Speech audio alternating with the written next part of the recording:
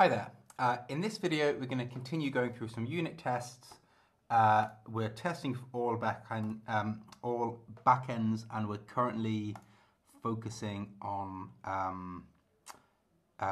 functional core. So let's get that rolling so we can find what's next on our list of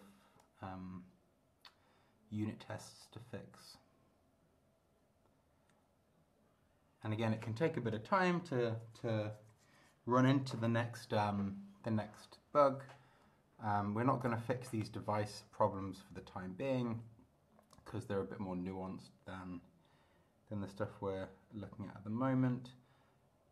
Default data type should ideally not be problematic. Yeah, this is something that should be fixable, so let's dive into this. Torch, okay, let's take a look what's going on. Let's actually just run it with the torch backend. Okay, let's do this just to kind of hone in on the problem. So what do we have? So basically we get default data type, input data type, as native data type, and then it's here. So uint16 is not a supported torch data type, that's true. Why are we trying that? Data type is being passed in explicitly. Input data type is coming in directly from here. Yeah, okay, so this is just a problem. So that's all right. So very simply what we can do here is, when we actually test this with hypothesis, it'll be, if we tested this with hypothesis, it'll be simpler, but for now we can just do, because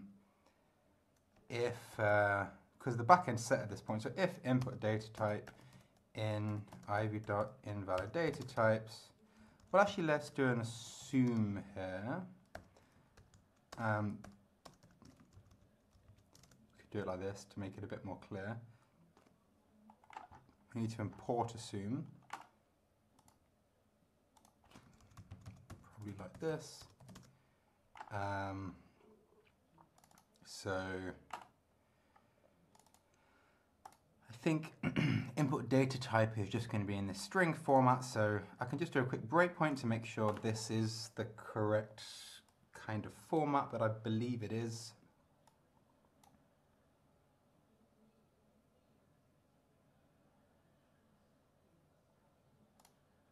So input data type int 8, ivy.valid data types.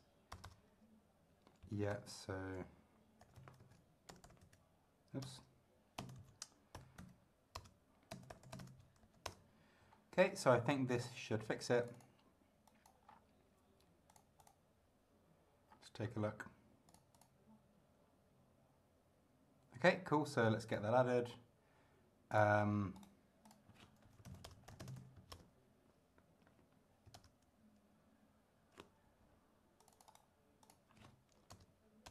Okay.